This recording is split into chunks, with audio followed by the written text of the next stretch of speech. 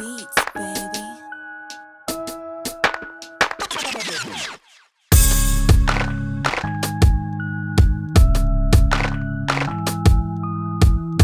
Welcome to Universal Theory, where the goal is to find a common language between the abstract and concrete. We are the unorthodox representation of physics and metaphysics.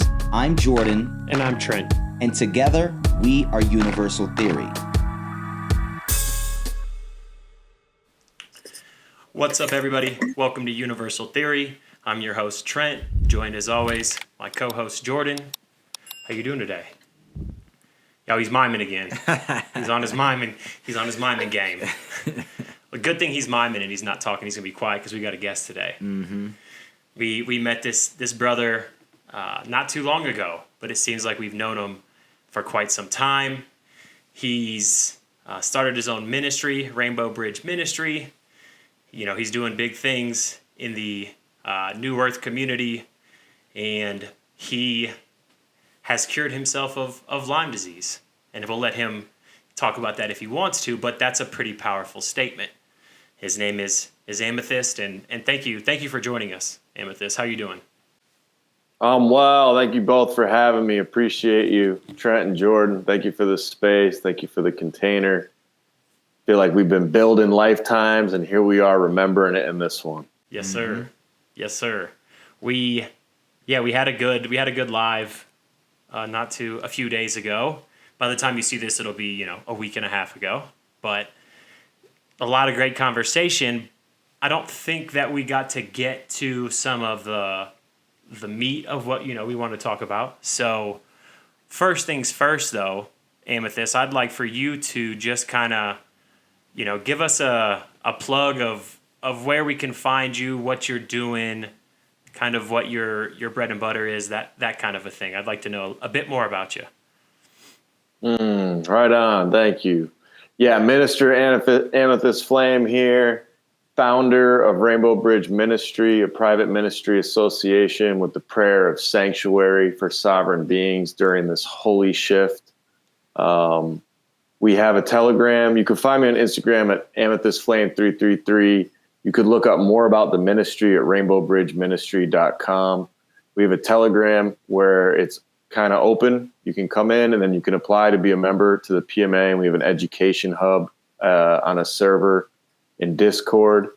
I did cure Lyme. I beat it 16 months symptoms free. And it was through a combination of cleansing and purifying my mind, body, and spirit through fasting, breath work, and working with frequency medicine, frequency and scalar energy.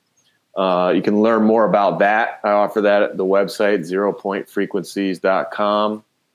I'm here really as an empowerment coach. All of these things are part of that. And when I say that, I'm an empowerment coach for myself, first and foremost.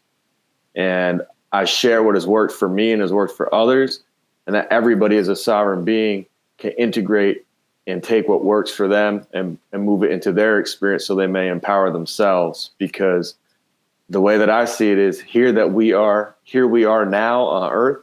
It's about remembering that we are these sovereign beings who have this option of free will to choose what our now moment is. And I know we're going to dive into our conversation, what that really means on many different levels. Mm-hmm. You can find me at rainbowbridgeministry.com, zeropointfrequencies.com, or on Instagram at amethystflame333.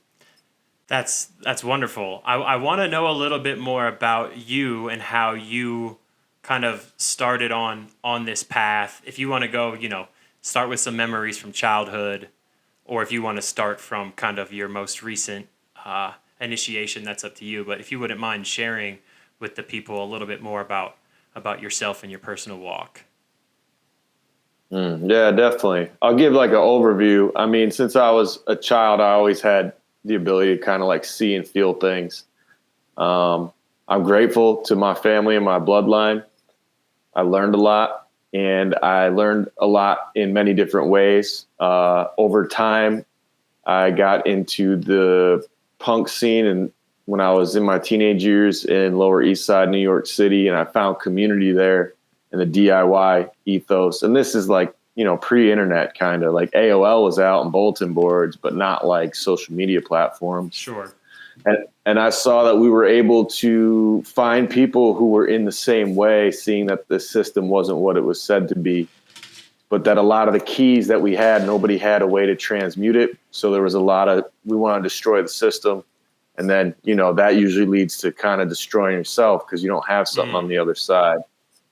So there was a period, and, I didn't ever really stop having those experiences, but there wasn't really much of a support network back then. It was hard to find people. And if you talked about this kind of stuff, like it wasn't as, acceptable as it is now, especially with social media, being able to find people.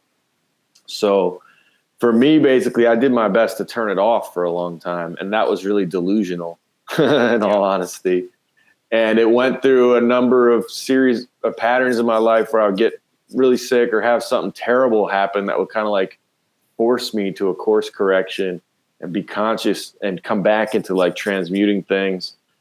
And really like 2015 is when things started like kind of be like, all right, dude, it's time to like really like be mindful and step into this. And then 2019, it was like go, like full on commitment. Like I had another business doing photo video. I was successful until that year. And then I spent some time in some like healing circles and got some clear messaging that it was time to really like focus on the things that I know were part of my mission. Like ever since a child, I remember like looking around, being like, this isn't what we're supposed to be doing here now. Like, why is it like this? And 2019, many, many shifts, initiations. At one point, I mean, I wasn't homeless on the streets, but basically what happened was they put a 5G antenna behind the house that I had in Chicago. And I went up against the city, and I went up against the alderman, and I went up against Crown and Castle, which is a company that's owned partially by Bill Gates. And I got a lot of information out of them. They were free to give it, but basically it's a federal deal. They can build it anywhere. You do anything to them or with them, it's a federal offense. They showed me all the blueprints, and they showed me the heat map. And that was when I really realized, I'm like, dang, this is deep. Like, this isn't about, they're basically putting this everywhere that they can. So sold the house, split with my partner at the time. And then basically it was like putting it all in trust and faith with this prayer to open up. At the time I was calling it a retreat center. I didn't really realize the depth of it. And like, Rainbow Bridge is really a prayer of just all of it being like, it's the rainbow bridge of light, right? Like how light connects through the sun all the way back to the stars, back to central sun. So yeah, that's how I got out here. And for a period of time, for about 3 months, like I didn't have a place. I was moving between spaces with my child. And it basically got to a point where I was about to just say, all right, whatever, I'm going to go back and get a place in the city. And it opened up, it aligned, and the way that it aligned was pretty much exactly how I've been like writing it out and praying about it.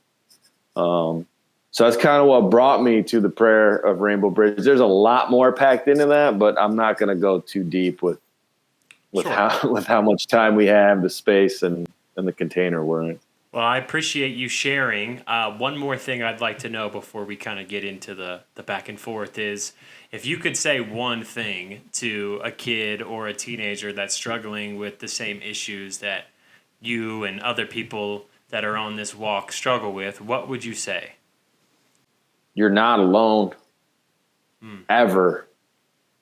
That's the illusion, is the separation, that you're the only one that's feeling it or seeing it or being aware of it. There's more of us than you'll ever even know. And when I say that, it's like, it's because it's not about us in the physical. There's a frequency. And right now, the way that you're feeling, these perceptions, these programs that are running through your system are a bunch of frequencies that are playing that are lowering your vibration. And it's all vibration. So just trust that you're never alone. And it's just a matter of coming into that vibration or that frequency, and then that's going to shift your reality. That's great advice. We talked about vibration. We did a whole episode because that's one of those hermetic principles, and we cover frequency, vibration, and how that's fundamental to our reality. And I think that if more teenagers and kids that struggle with their identity and feeling like they're not at home could had these types of ideas to latch onto. Like you said, it was the same thing for me. It's the same thing for Jordan. As a kid, it was kind of taboo to talk about. There wasn't social media. There wasn't the internet. So, or it was just now kind of really becoming a thing. So it was really hard to find good information. So yeah, and it's kind of like a natural reaction to suppress it so that you don't get socially ostracized, because we're social creatures. And at that point, if you're not aware of how necessary it is and fundamental to the nature of your existence, and how it's just natural, then you will want to suppress it because it's a survival mechanism. So I think that it's common with a lot of people that undergo those type of circumstances and have a higher level of perceptual awareness of their own existence in relationship to others in the universe and so forth. I think that that's just natural. So when I hear it, it's like a common thing that I hear from people. Yeah, I agree, 100%. Well, let's get into some questions. Let's get into some building. Let's get this building session going, even though we've kind of already started. I think we've got one over here, real quick, Amethyst, that we just want to make sure.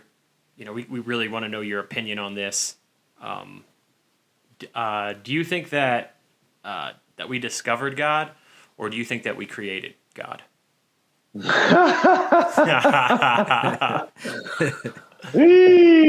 Well, I feel that where we are on Earth right now, we're discovering what it means to be in relation to the energy of creation. I feel that there is an infinite intelligence behind all design, and there's an energy and a frequency associated with that, whether it's all of them at one time or one tone that we cannot even begin to fathom or contemplate within this vessel, but that there is something from which, at least that we can conceptualize here, something that creates everything. And whatever term that is, whether I feel it's a perpetual state of discovering. Like, how could you ever know everything unless you're the creator creating everything? And even then, with creator deciding to create this experience of fractals, humans that have this beautiful gift of forgetting everything and then having the opportunity to remember it along the way home. Yeah, it's a good way to put it. It's all of that, man. We discover, we create, we are created. Like, that's the thing. Is like nothing is separate. Like this experience and this vessel and this version of me here is a fractal of the infinite. It's a fractal of creator. So yeah, as that piece of myself that is high self, I did create all of this. So yeah, I think I agree with you. I think that we're discovering ourself through consciousness, through our senses. So it's more of a discovering than it is a creating from this point of view. I also think, with God being infinite, if we're talking about, the infinite being that can't be necessarily creating, right? This idea of infinity being whole in totalitarian. Exactly, as an absolute. It is total in itself. So to say it's creating something else outside of that would be restricting it at that moment. So I don't necessarily think that God is creating things outside of itself, but different perspectives within itself. That's within, to me, that's within the rules, right? You have the nonlinear and the linear. You can have infinite amounts of linear direction or linearity coming from a nonlinear entity. Yeah, you can. I would agree with both of you guys. I would say that we are discovering it through the process of the collapse of the wave. The wave discovers itself but it doesn't have to discover itself as a wave or a superposition. But once it collapses, it's in a form of discovery, which, like what you're saying, it goes from the nonlinear to the linear. And then through this process of discovery, yes, from an absolute sense, it cannot create. And that's like a misnomer within metaphysics, is like, oh, it's creating, God is creating. God's not creating anything, but we are the creator in creation, creating the things that we're discovering. So we're discovering and creating. We're discovering God as we create new methods of discovery, and we're embodying that discovery, which is a form of creation. Although from an absolute standpoint, it always existed. And I had a conversation, shout out to Blanjou, about this very notion, and how if you're not using the nonlinear and linear right hemispheric and left hemispheric approach, then you're always missing out on something, because these two are a singularity. That's why we have a corpus callosum, to bring those two hemispheres together and allow for that communication to transpire. So it's really it's like a trick question that only people that have that balance can really answer. Yeah. Which is why he was like, woo, he gave us the Ric Flair woo, because Exactly. Well, that's how you start off a podcast right there. You ask that question. Yes, sir. Yeah, we're not playing around over here, and you know that. You're not playing around either. This is the meat of it, right? This is to help those individuals. So we're going to be getting into a lot of that. We're going to stick with some tangible things too. And I think you had sent some questions. I don't know if we want to get into DNA. I mean, we might as well. Or I know you had some things, Amethyst, that you wanted to speak about. Is there a specific one you want to talk about first? I mean, I'm open. I mean, when we were tapping in the other day on the live, it's like, I'd really like to come to a space. I feel that words are important. I feel that words are the ideas that associate to specific frequencies of sound, and light, sound, matter, right? But with words, that there can be a lot of inversion or corruption, especially when we look at languages that are not original languages. And then even when those words are spoken, they can be imbued with other meanings as well. So for me, one word that I really like to tap in with everybody here is like, what is science? Yeah. You want to start out? Yeah, well, I mean, for me, because if we're going with like, what does science mean? What does science actually mean? If I'm not mistaken, it's Latin, and it means to know. So a scientist is one who seeks to know, or one who reaches a state of knowledge concerning whatever they're exploring. So, yes, that's what science is. Science is to know, but can we actually know anything is another question. Like, what does it mean to know? Does know mean I have some data, I have access to data? Or does it mean that I've embodied the data, I've become the data, I am the data, and I understand the data, and then how, developed is my understanding of that data? Yeah. So, and I think that is a problem when people talk about science and scientists, or people knowing something or having knowledge. Well, I could have all the knowledge in the universe, but that doesn't mean anything if I don't convert it to wisdom. And then wisdom has a relative definition. But, simply put, wisdom is the wise application of knowledge.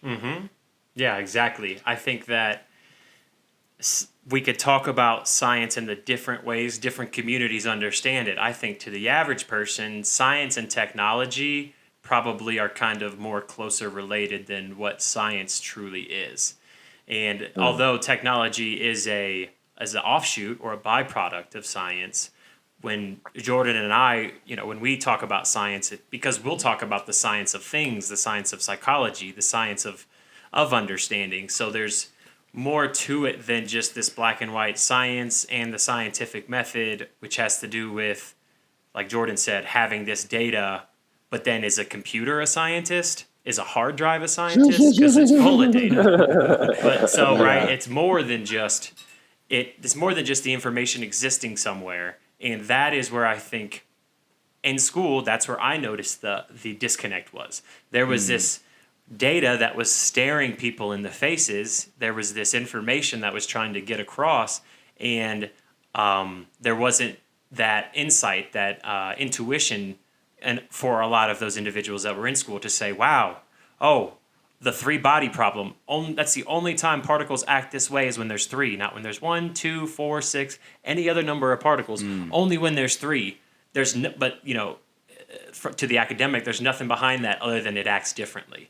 So to me, that's where we're coming in and saying, hold on, these types of informations and these situations that science in the academic world has laid out, that is where we need the mystical mind to come in and say, oh, you've already pointed this out. Thank you. Now let me run with this. Now let me see what other great things I can come up with, because you've given me the key. You've laid it all out, and now I'm going to explore this even further. And to try to remove that, not negative connotation of science, because I think science is also thought of as wonder, right? Moving into the magic and understanding it, and then magic becomes science.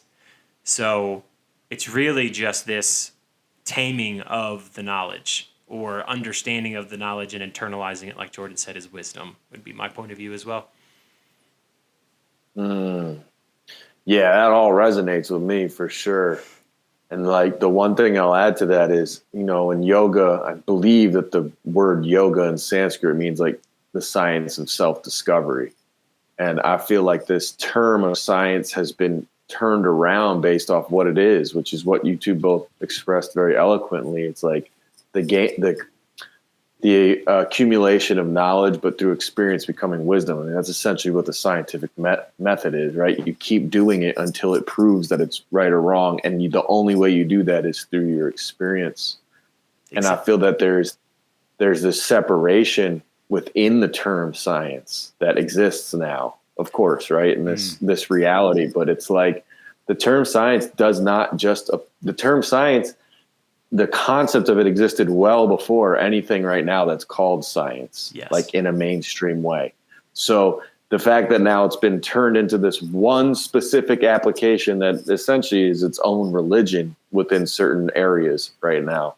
And I feel it's like, what we're here now doing is reclamation, like reclaiming things that have been taken, externalized, and moved into inverted spaces or separate spaces. So I'm in full support of science and all the science, not just the science of going to a lab and do the scientific method, but the science of go sit alone in a cave for 20 years and pay attention to what your thoughts are and what they become, because that's a study in and of itself. Yes, sure is. Exactly. And that's what it comes down to, is study and practice. Yeah. And that's what I feel really like. So apply that to all of the sciences, all of the ways that we're coming to know each other and remember who we are, and synthesize it and harmonize it.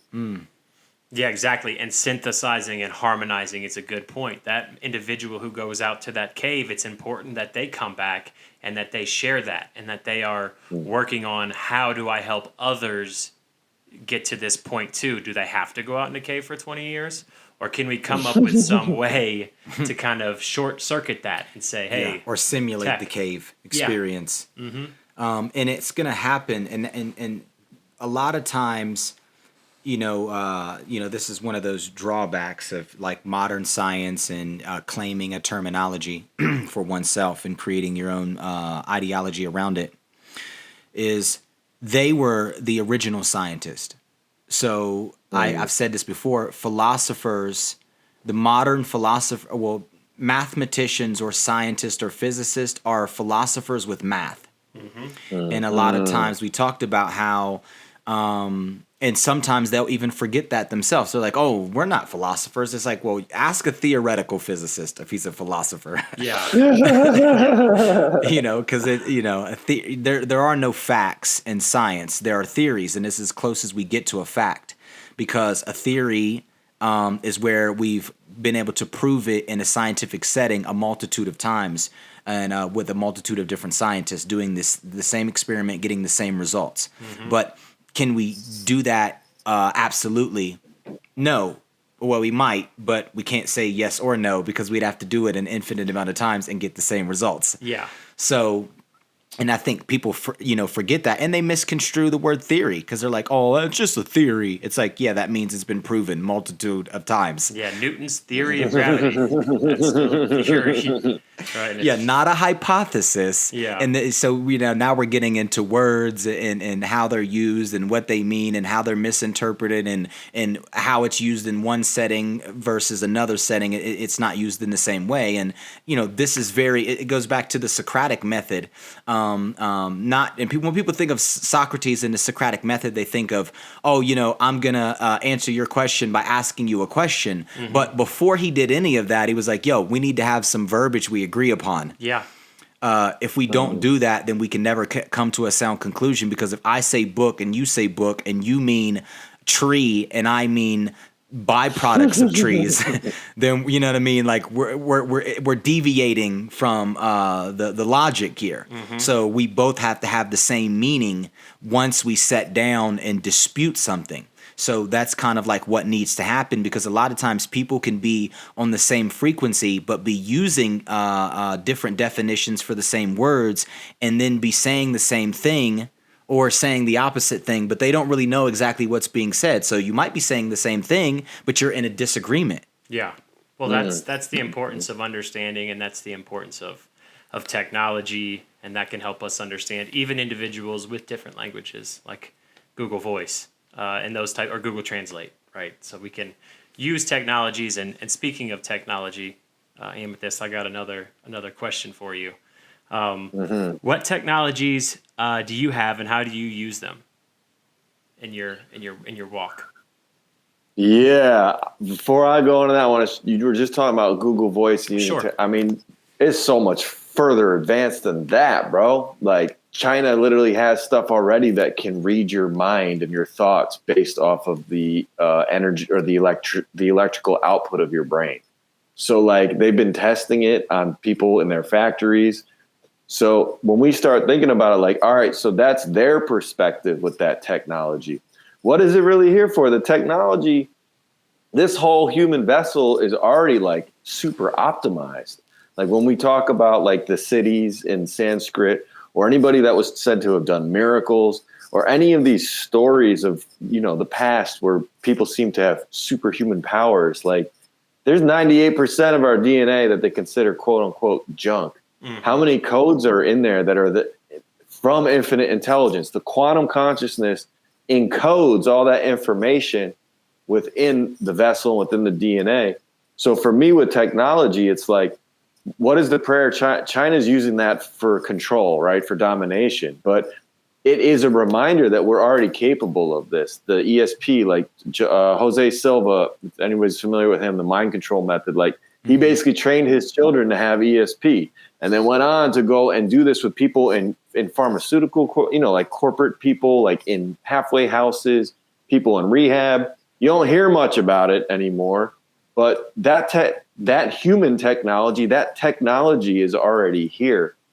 So I feel like with technology, it's the relationship with it that it's quote unquote man-made, but all the materials still come from Earth. We're not synthesizing anything out of thin air.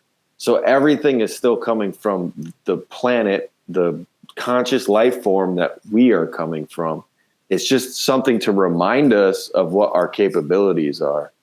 So some of the technology that I work with is essentially, you could think of them as frequency amplifiers. And what that does, and working with specific sacred geometry too. I have one I can show here, but first I just want to talk about it conceptually. Sure. So it's all frequency and vibration.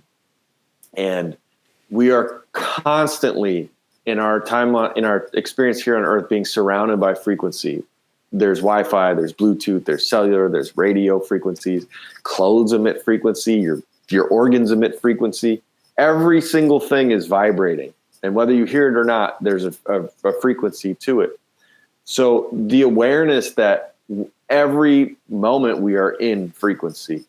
And with that being said, that when things structure a specific way, like Dr. Masaru Emoto, they totally try to throw dirt on his name. I can't vouch for his scientific methods, but he showed that water structured according to sound. Now, anybody can go on eBay and buy a cymatics kit and do it themselves and see that if you place certain frequencies through water, it forms geometric shapes. So that's happening to our body at all times since it's mostly water. So now when you are just playing frequencies, there's a difference between them just playing and then them being structured in certain ways. So if you start playing a frequency and amplify it through something made of copper or gold-plated, copper is really one of the most best materials, and you create a sacred geometry shape, or a geometrical shape, that's going to spin that vibration that's now shaking into that specific shape. Now, I've done a fair amount of research, but it's not necessarily all physics backed. Some of it's a little bit more, metaphysical side. But how I feel about it is that there's something behind it all, a singularity, and it connects through it all through scalar energy, through scalar wave, and it's a series of toroidal fields and pillars stacked infinitely large and small, and you can excite that energy. And I talked to another physicist, and he's like, scalar it's a vacuum, it doesn't do anything. But I was like, yeah, but it interacts with the external areas around it with light and sound. So if you're playing specific light and sound frequencies to it, like there's going to be an interaction and exchange of information. Sure. And why I find this to be potent is because our DNA is theorized or hypothesized, I don't know yet, but sure. is biophotonic. Yeah. Liquid crystalline gel responds to light and sound. So if that is what the thing that contains all our codes is, then what frequencies are being played towards that? And if the frequencies are being played towards that are not ideal for our body, also what foods are we eating? How mineralized is our body? If our body is not mineralized, then it's not going to be able to hold a proper field because it's not going to be resonant enough. But you can find solutions with that with sea moss and shilajit, which contain all the minerals your body require. But once we get to that space, then we're starting to look at it that this body is already prepared to be attuned to be the most optimal scalar antenna. So what can we remember using technology to basically entrain the body, the vessel, and the mind, body, and spirit to wake up and remember the things that are encoded within the DNA. So I'll show one of the devices here. This is what we call the base bifilar kit. I mean, you can see it's essentially a little frequency generator. And this is the device with a little amp. You plug it in and it spins it up through there. And then you can put organite or crystals or water or food on this. And what I'll say is some people are going to be like right away, oh, that's hooey, right? That's hogwash. But go put on some really unhappy music, like really intense metal, and see it where they're saying, negative things over and over, and listen to it for 30 minutes and see how you feel. Well, they've done research on that. So I was thinking that before you said it, I was going to say, well, one easy way to comprehend this concept is thinking about how musicality affects the brain and brainwave patterns. And, you can manipulate those patterns through certain frequencies. And, we know this because they've done the research on it. Now, when it comes to the genes, they've done the research, but it's not as extensive as we would like it to be. So they have something, optogenetics, where they can take the genes, opsins, which produce the proteins, which are photosensitive, and they can strip a virus down of its negative genes, implant the opsin gene, implant that virus into a neuron, and then they can shine a light on that neuron and they can activate its activity, and then they could show where the specific pathways of certain activities or behaviors are being activated, and they can manipulate them by shining the light on it. So they have done research on optogenetics. They've also done research on the biophotonic absorption and emission. And then me and Trent was talking about it earlier about the different frequency patterns within the light spectrum, sometimes outside of the light spectrum in the ultraviolet, which is damaging to the DNA. It can break down the DNA strands. It can cause them to produce free radicals. Most of the ones that we emit, correct me if I'm wrong, are in the light spectrum between 780 nanometers versus 390 nanometers in between there. And then you have the lower level wavelengths in the infrared spectrum, where it's they have it's called photobiomodulation technique, and they'll stimulate the brain or the body with these lower laser irradiations. And they can reduce inflammation in the brain, for example. They can reduce inflammation in the brain. They can detoxify the brain.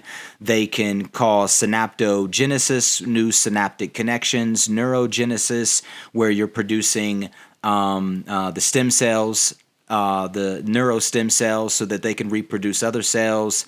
They can, I think I said reducing inflammation. Yeah, so they can do a lot of different things with it. They tried it on the lungs. They tried it on different organs.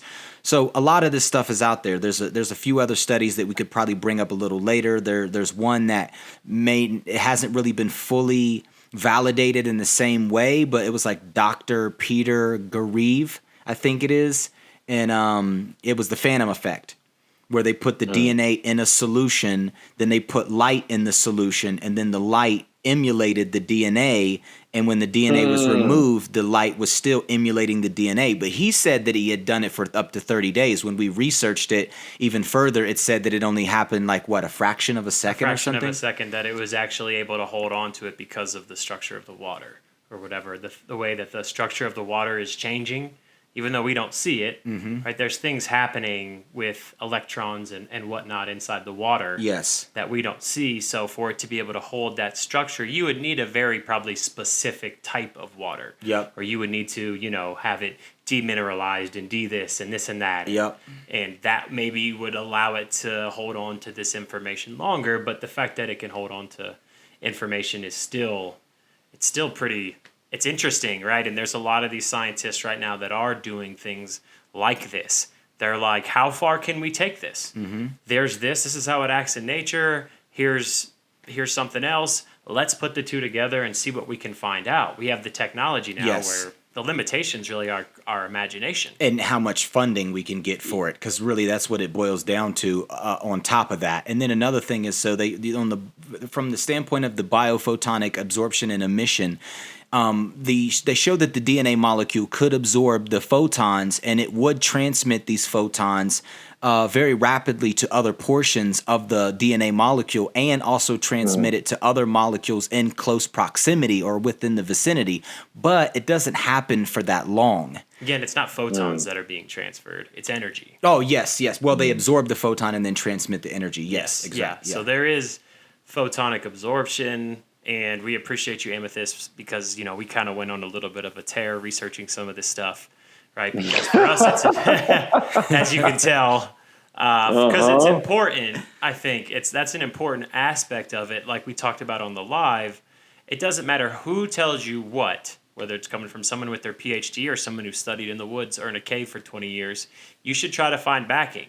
You should try to find another way to validate it. Otherwise, we don't know this person's intentions, why this person's even telling me this.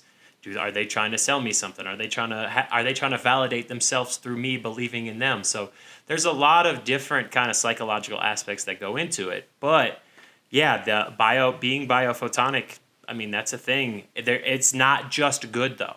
And I think what you were talking about when you were talking about technology, I think the body has the potential, and I think that's what you meant to say, because you were like, we need to wake up because the body is this tech.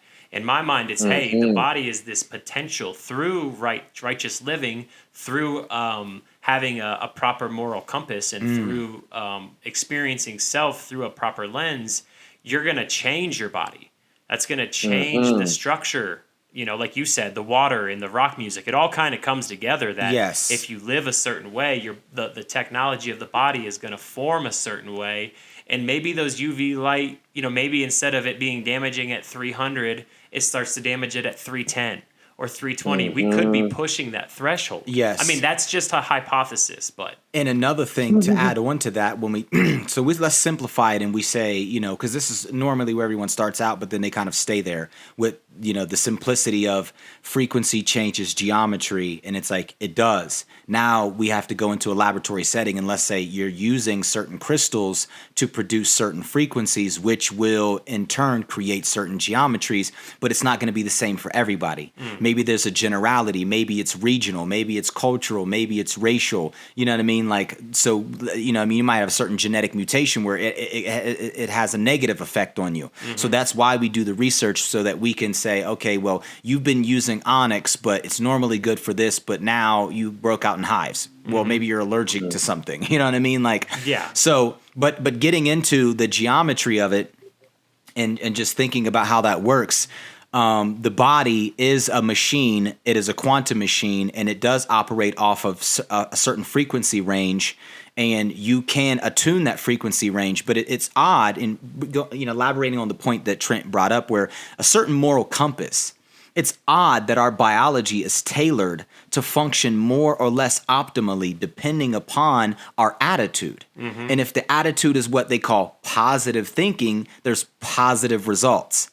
You know, where they talked about, Dr. Lipton talked about having culture, these cells inside of a culture dish, and he would put the chemicals, the biochemical reactions in the brain from negativity or having negative mindset, putting them in there, and it decreases their growth rate and causes them to degenerate. But if you put the same chemicals from a happy mindset into this petri dish, and then they're going to grow, they're going to thrive, they're going to replicate. It's going to accelerate the process. So it's like, the question is, why is our biology tailored towards a high moral compass? Yeah. Why is that beneficial? And that's something people should probably ask themselves in the scientific community. Why is it tailored towards that? Why can't I just be pissed off all day and I get benefits from it? Yeah. You know what I mean? Like, why can't I increase muscle growth from having an attitude all day? You know what I mean? Like, or being depressed. Why is not depression beneficial for biological growth and development?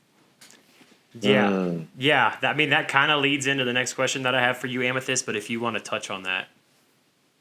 Well, I want to say a few things in regards to all the amazingness that you just shared. Firstly, thank you for doing research and sharing things with me I didn't even know about. Of course. And that's what I find to be so potent right now, is that, like, in a humble way, like, I'm here to share what I've learned and what has worked for me experientially, and then everybody else go take it and bring it back, because that is the collective consciousness right there.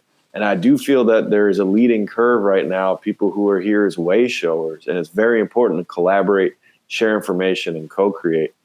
And for me, I dropped this ebook. It's free. Anybody who wants it, you can DM me on Instagram. I'll send you a link. It's about scalar energy, frequency medicine, and rejuvenating your DNA. And in it, I share links to all the patents that exist for this kind of stuff that have been filed by people with weird names that probably have some aliases going on for other agencies. And, you know, and some of them go back like years. So when you start seeing that, it's like, all right, somebody thought it was worth patenting to, you know, how TV plays specific frequencies to affect your brain waves. And at that point, now that the two of you went and did some more research, and that phantom effect is amazing. And that's the thing. It's like when you do cymatics through water, like, it's only structured as long as that frequency is playing through it. Now, when we start like looking beyond what we can measure in the physical, what does that mean on the quantum level? What does that mean in the space where this energy moves in between that we don't really have a way to measure right now? That we don't really have a way, like when you start talking about, you know, like neutrinos or black matter, or even these scalar waves or the wave itself, that all exists outside of what science is right now capable of. So what we see happening with the water, with the phantom effect, like, okay, that we can measure that now, but what does that mean in these other spaces? And that's where I feel this application of science, as far as not being a prejudicial thing towards different practices within it that lead to the knowledge, the application of knowledge to experience, and the discovery and embodiment of wisdom. So with what you just ended on about that, I mean, really, like, what it comes down to is, like, what's your prayer? What's your intention? And the moral compass thing is, what's the frequency you're holding? Of course, things are going to go bad for you if you're holding a bad intention or a bad prayer or a bad vibration. It's going to attract that. It's the law of vibration. I don't know if I'm using that accurately, right? But like you're vibrating in a specific thing, and then other things are going to vibrate in that same way. So if you, no, go ahead. I want to hear what you have to say to that law of vibration. Well, what I was going to say is there's a wide range of ways that can play out. So we could hypothesize that because we are quantum beings and we're comprised of quantum particles, which comprise our electrons and protons and neutrons and our atoms and so forth, all the way up to this macrocosmic being, we could say, in theory, we are the wave, and we could say that the wave does interact, and you could potentially cause a collapse, and that would be a form of attraction. There's a lot there to unpack, though, and me and Trent had talked about that before, because a lot of people think that, okay, let's say that, the quantum world is random, and metaphysicians have latched onto it just like physicians or physicists, and they'll say, well, it's random, and that's what allows us to just make anything we want happen. And it's like, no, actually, it's not random, even in the quantum sense.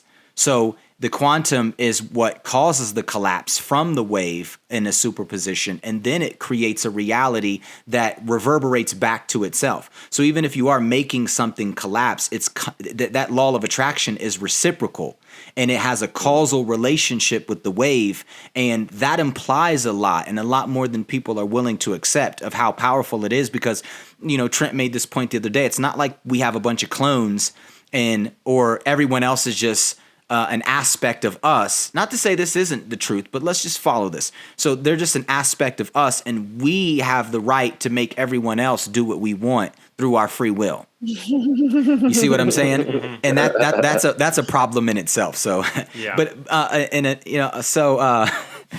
But I was going to say, let's think of it on another level. So the psychology of having a negative attitude and then secreting certain hormones or pheromones that people can pick up and absorb.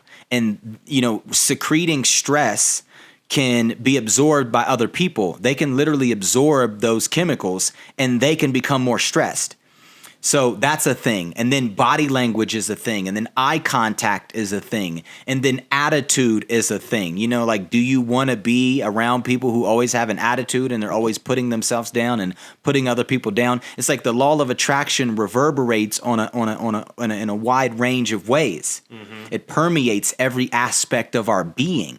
So this vibration is applicable in many levels. So a lot of people, they just think of vibrations and they're just like, oh, vibrations, they exist. And it's like, yeah, but they exist on every level. So how do they work on every level? Once again, it goes back to, this is why we do the research, because as a metaphysician, I get that, and I've seen that, and I've watched it play out, and I've thought of things, and I haven't seen this guy for 10 years, and he rings my doorbell, and I was just thinking about him. Like, I understand all of that, but how does it work?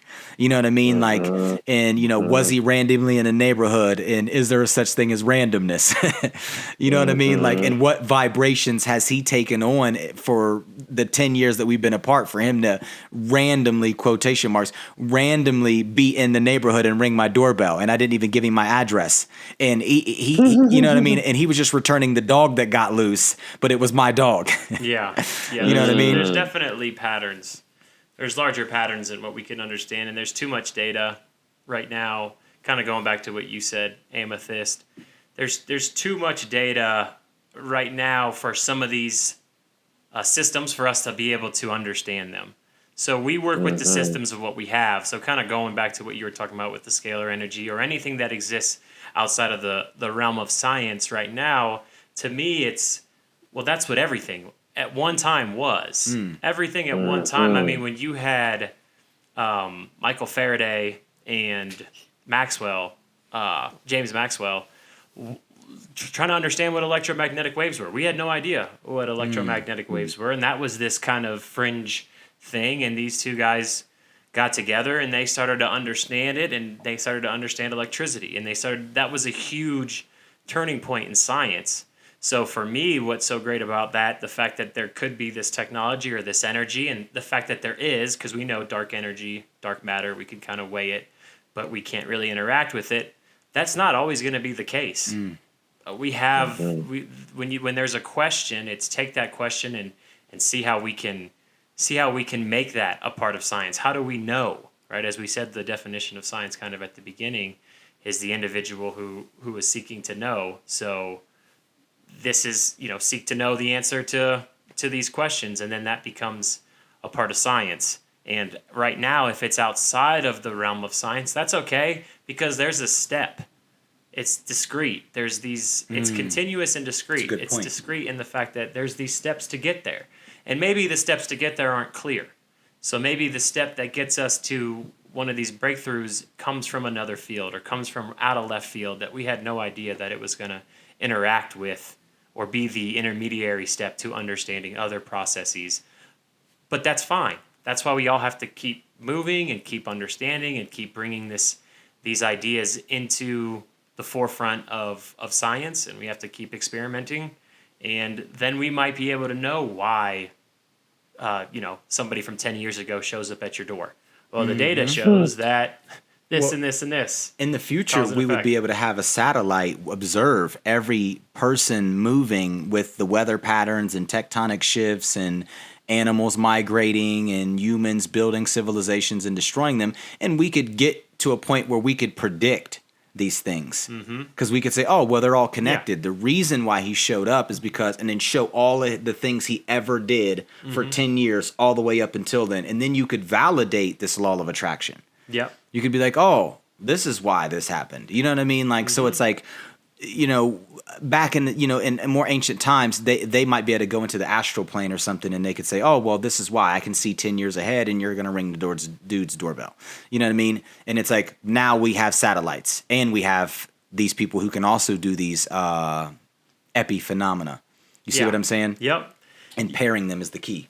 Yeah. And Amethyst, speaking of this, kind of understanding the science around us and understanding, being able to get there with technology. I'm just curious what your what you think the path to initiation is.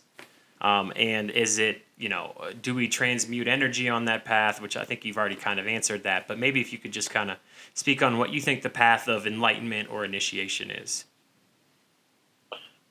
Wow. Well, I think it all goes back to that first question you asked me, like just the creation and discovery aspect. And I feel that the initiation is really first awareness.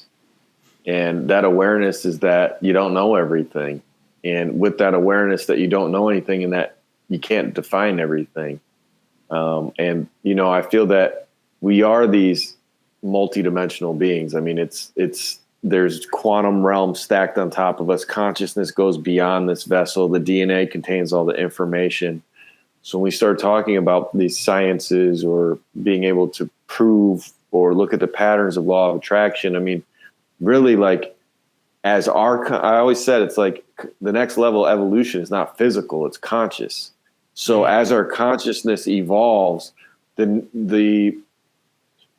is there as much of a need to define things, or does it just become known? So I feel like the path of initiation is really kind of a letting go of knowing things, knowing that you don't know anything. And that comes back to, the creation and the void, like everything is nothing. All one is all alone.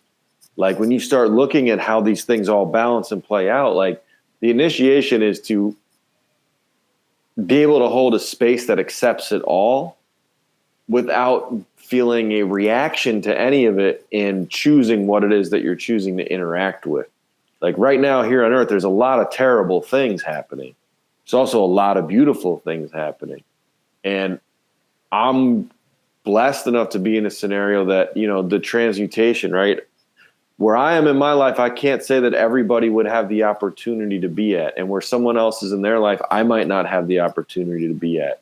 That there are certain spaces that you come into on this earth that there can be limitations. But I will say, for anybody who has an inclination or an intuition for this way, that frequency, they're going to align to it. And it's going to, I'm just going to use like Gandhi as an example. Like he chose nonviolence and changed an entire colonial system.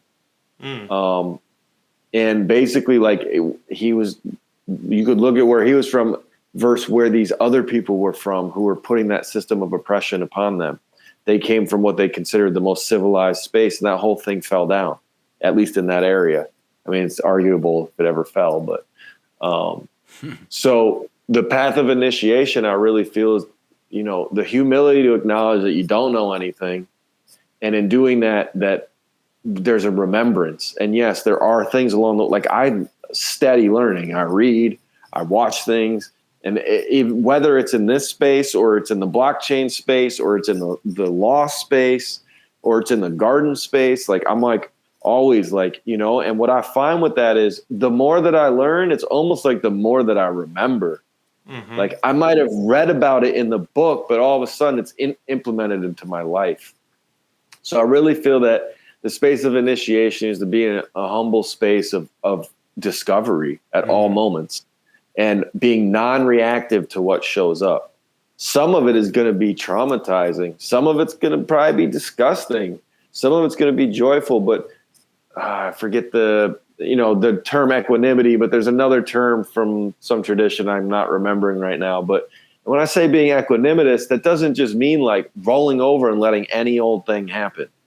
Like, if you're keeping a fire and that fire is good because you're feeding that fire, and someone comes else over and they just want to be around your fire and use your fire, but they don't want to feed the fire, then they got to go start their own fire somewhere else. And that's how I feel about all of it, is like the initiation too, is like be in equanimity, but also, you know, be able to stand on your square, because that's part of the initiation. Is like, when you think about your body, right? It has cells, which are individual selves of you on a small micro level, but each cell has its own thing that it does. And it bounces around with the other cells and they form a larger thing. Mm. But if one cell starts pushing on the other one or that cell's going to pop or push back and be like, nah, that's not how we do it here. Mm. And I feel like that's part of the initiation here on earth right now too, is like, you know, what is in alignment for the most optimal now moment. And, you know, we could get in all the weeds with the words, but like, what is it that brings us all into the frequency that, like, there's enough here. It's just this illusion that there isn't right now. The illusion of scarcity. Yeah, we've seen that. And what is that really? Where does the scarcity live? It's not externally, Fear. It's internally. It's a program, right? Mm-hmm. So like, that's the initiation, is like the awareness of it and the discernment and the sovereignty to say, nah, that doesn't ring true. Yeah. I don't care what you're telling me about it. Like, I'm going to base it on, you know, that's the thing. Like, we are remembering here. Like, that's the journey home. That's the greatest gift that creator could give to itself, is an ego. These individual egos, because the ego thinks it's separate. The ego forgets what it's like to be everything. And the ego either remembers it or it doesn't. And then it goes back and starts all over again. And it's the one experience where this infinite intelligence gets to have its own fractalized, I forget I'm infinite and I get to remember myself all over again. Mm. Yeah, and you can scale it too. Like, you can think of the all, or the absolute mind, or the absolute frequency, or whatever you want to call it. You could think of it as infinite, and then think of all of the collapsed versions of itself as infinitesimal. So the ego is infinitely gravitating towards the infinite, because the infinite is like a magnet towards itself, through itself, as itself. And like you said, which is a very good point about, you know, if I have a fire and someone comes and they don't want to feed that fire, they should make their own fire, or they should go hunt some food and bring it, and we'll cook it over the fire. But it's kind of like the whole notion about, you know, you have to survive. You know, we talked about truth seeking. And we talked about you can't seek truth without survival. So everything is based off of survival in one way or another. It'd be like a mystic saying, I'm going to go against my natural instincts to, individual selection, and I'm going to pass on my genes. Or kin selection, where I pass on my genes via my kin. I'm surviving. I'm going to forego survival for the sake of the survival of others, which other organisms don't do that.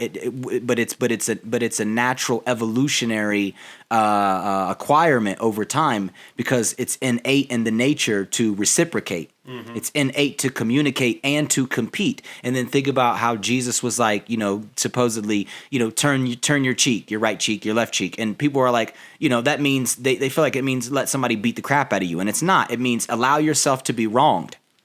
But it doesn't mean allow yourself to be violated because, at the end of the day, you may actually turn your cheek physically. But then again, they have monks who would defend themselves. Yeah. And they will avoid harming you to the best of their ability, but they're not going to let you burn down their village and kill everybody in it either. You know what I mean? Yeah, I think discernment is a good word. I was waiting for you to use that, Amethyst, for the path to initiation. That's kind of, I think, you hit it right on the head kind of with this, I don't know anything because there's all these paradigms and there's all these paradoxes that I don't understand.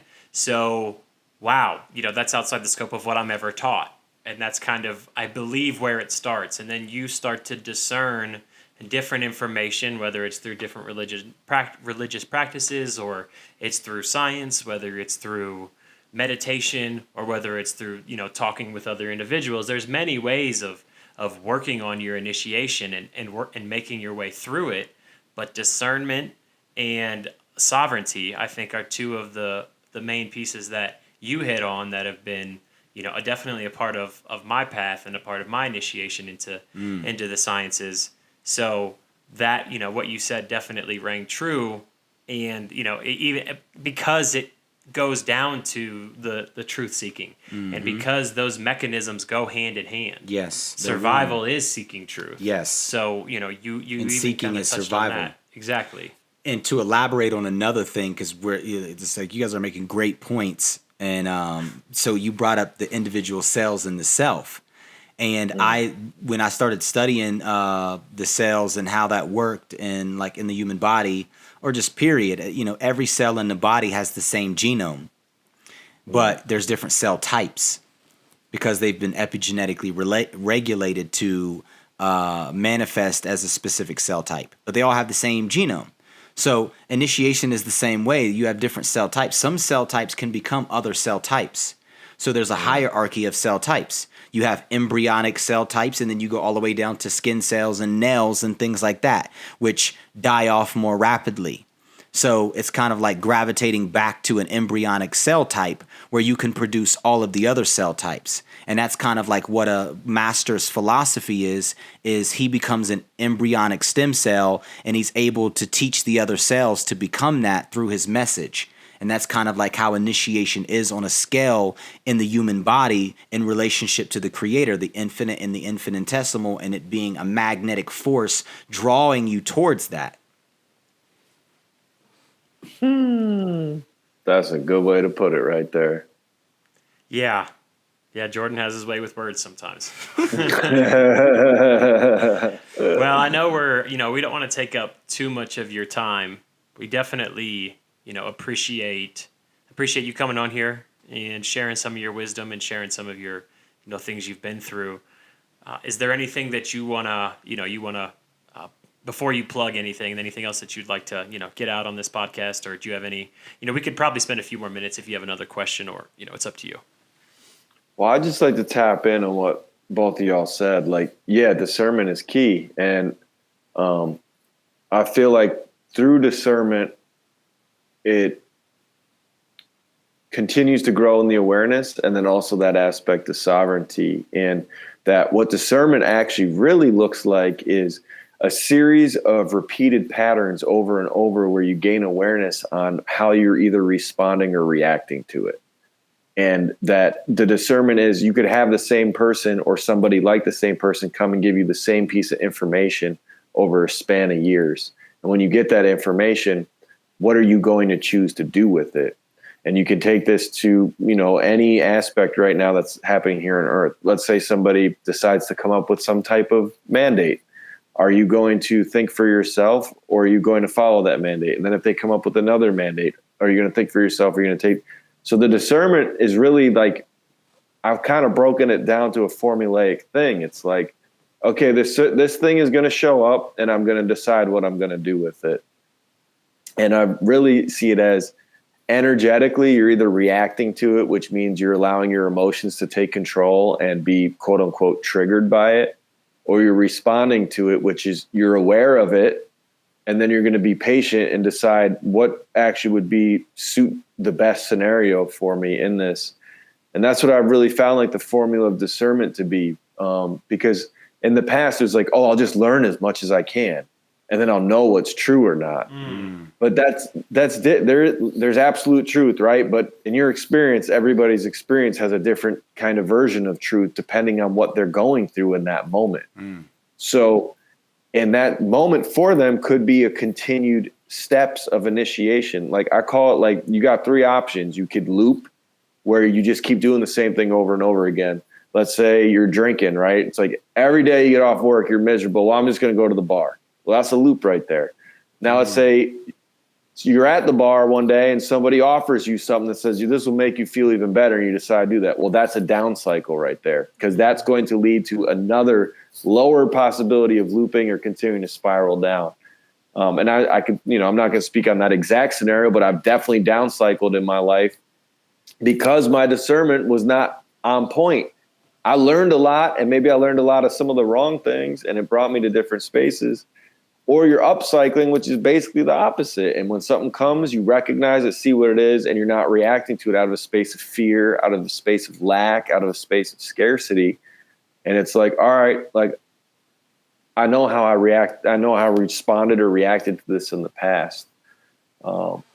And yeah, you asked earlier about what I would share with somebody younger. Like that's aside from you're not alone, because that was one of the main things I came up against when I was younger. But right now, a lot of the younger children and younger age people, they have instant access to a lot of this stuff. Like you can go to YouTube and search anything and it shows up. You can use ChatGPT now to do the thinking for you in a lot of things. But what I would say is like, when you see things come around that you recognize, be mindful of how you act in that moment. Yeah, that's great advice. Yeah, that is great advice. I think pattern recognition, and like you said, that's a great way of describing it with the loops and the down cycling and the upcycling. That's a pretty profound way. It's a great analogy, I think, for what happens in our lives. And are we gonna stay in that loop, or are we gonna go to a worse place? Are we gonna spiral out, or are we gonna try to climb up out of there? And I think a lot of teenagers are struggling with that right now. Yeah, struggling with how in a lot of ways. Yeah, exactly, and more than just what we struggled with, when we were teenagers, and that wasn't that long ago. So, yeah, Amethyst Flame, we appreciate you joining us. Rainbow Bridge Ministry, definitely check that out. We'll go ahead in the YouTube video in the description. There'll be a link to his Linktree. And do you want to, plug your social medias? Yeah, first I'd just like to acknowledge you both. Thank you for bringing me on. Thank you for creating this space and this platform. Thank you for what you both are doing collectively and individually. I feel it's very important right now to be people who are sharing these types of platforms where this kind of information, truth, and exploration come through. So I'm in huge support. If you ever require anything, always feel free to reach out. Thank you for having me on. Yeah. Plugs. I've got a free ebook. You can DM me at Instagram at amethystflame333. If you're not on Instagram, you can email me wizardtribe333@protonmail.com. You can go to rainbowbridgeministry.com to learn more about Sanctuary during this holy shift and how we are creating spaces for sovereign beings to come co-create together and educate ourselves and each other on how to live here in harmony with each other. You can go to zeropointfrequencies.com for all things related to frequency medicine, scalar energy devices, also She Legit, and other plant medicines that are on there that I work with and other people in the community work with. I got a SoundCloud too. I don't know what it is off the top of my head, but I'll share it with these brothers. And yeah, I'm looking forward to continuing to see what y'all are doing and to continue in a space of co-creation. Yeah, same here. Thank you so much for your time. We really appreciate it. Have a wonderful night. Peace. Peace. Don't talk to me, it's off to me. Assault police, the archer screeds. My carpentry is carpeting for all of these. False MCs, I chalk the scene. I'm Charlie Sheen. I darken dreams, the carpet bleeds. My pauper leaves a scar with your whole face like a Carter scene. I go hard cause the car to me. You ain't hard as he, but a yard hate.